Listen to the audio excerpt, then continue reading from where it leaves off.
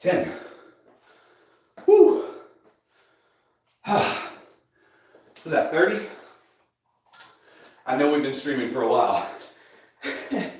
And 30 of those in, I can't tell how long. But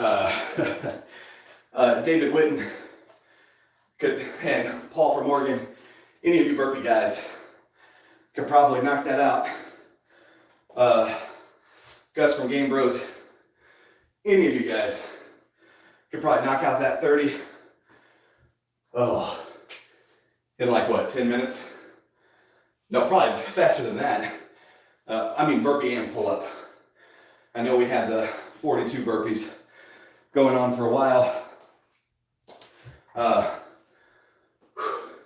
think my fastest time ever, I'm getting 42 burpees, 1 pumps, was like 3 minutes, like right at 3 minutes, like 2:59, 3:01, let's call it 3 minutes.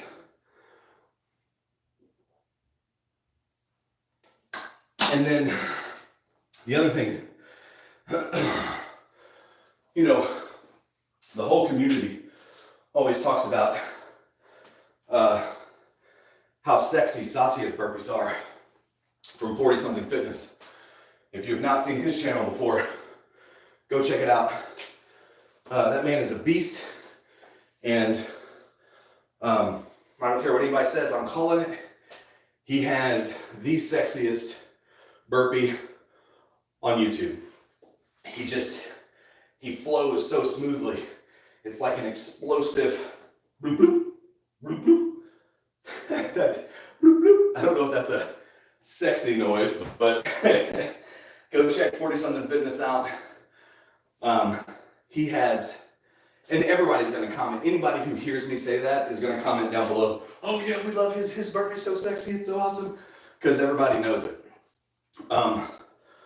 The burpee I do, which Paul from Oregon now calls the Brad burpee, is, I don't know, I go into like a frog squat position when I go down, well, you've been seeing it this whole time, but I bend my knees and then go up under the balls of my feet like this, or out here like this, but it's like a frog. I'm gonna call this the frog burpee, frog jump burpee, or the Brad burpee. I'm not good enough at any burpees to have one named after me yet, but yeah, so I go into this frog position, then kick my feet back, and then instead of like recovering to this position and standing up like that and then going back, instead of just keeping your knees like almost like a Hungarian stiff leg deadlift. I forget which, there's a slight difference between that, but anyways, so stiff leg deadlift, you kind of put a slight bend in your knees and do your deadlift. And then some people burpee with their knees like there, and then their feet pop back and then pop back to this position, and then up, back. And Satya, I think this is his style, kind of pops back to right here, pop. I'm positive a lot of burpee style has to do with limb length and leverages. In powerlifting, we talk a lot about limb length and leverages for low bar back squat, high bar back squat, bench press, because your body biomechanics, or how your body is built changes your movement position. So if I get into my bench press position and I have really long arms, let's say I've got my shoulder blades retracted and down, Jill Baird, I'm putting my shoulder blades in my back pockets, and I have my bar, and this is how long my arms are. So this is how far the bar has to travel. Right there. Get it on the chest, bang. That's how far the bar has to travel based on my limb length. If I have, forgive me, I don't remember the names of all these bones, especially while I'm deprived of oxygen, but if my upper arm bone, mean, I know it, I just can't think of it. If my upper arm bone is shorter, then how far my elbow actually goes beyond, or if my forearm is shorter or longer, all of that changes. Or let's say my arms are 6 inches longer, then the bar has to come from, I mean, I would still have my shoulder blades backing down, putting my shoulder blades in my back pocket, Joe Baird. But the bar would be, 4 or 5 inches further out, and then I'd have a longer path to travel. And then based on my forearm length, my forearms, my wrist would be turned out more or in more. And then based on my upper arm length and everything, my elbow would drop too parallel with my body or beyond. Same thing with squat.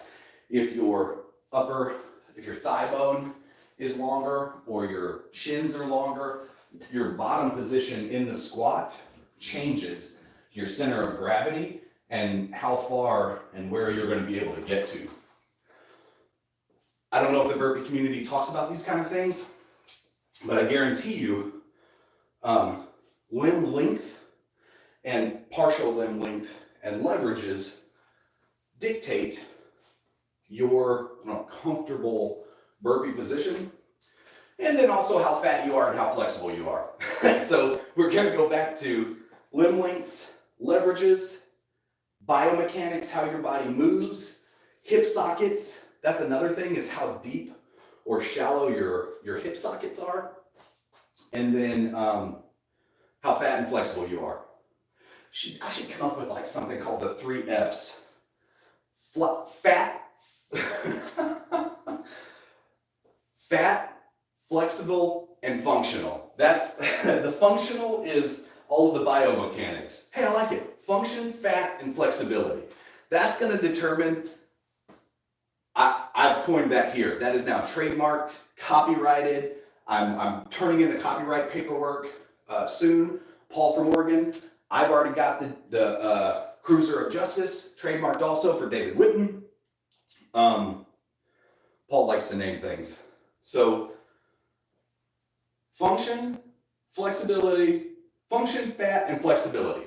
Those 3 things will determine your comfortable burpee. And I've taken way too long. So let's do. Oh man, my live sessions are like 90% me talking. And you guys never realize this because on my short, like 3-minute videos, it was just like lift, lift, lift, lift, lift. I talk a little bit through it. Keep training, have a nice day. Or keep training, see you in the next video.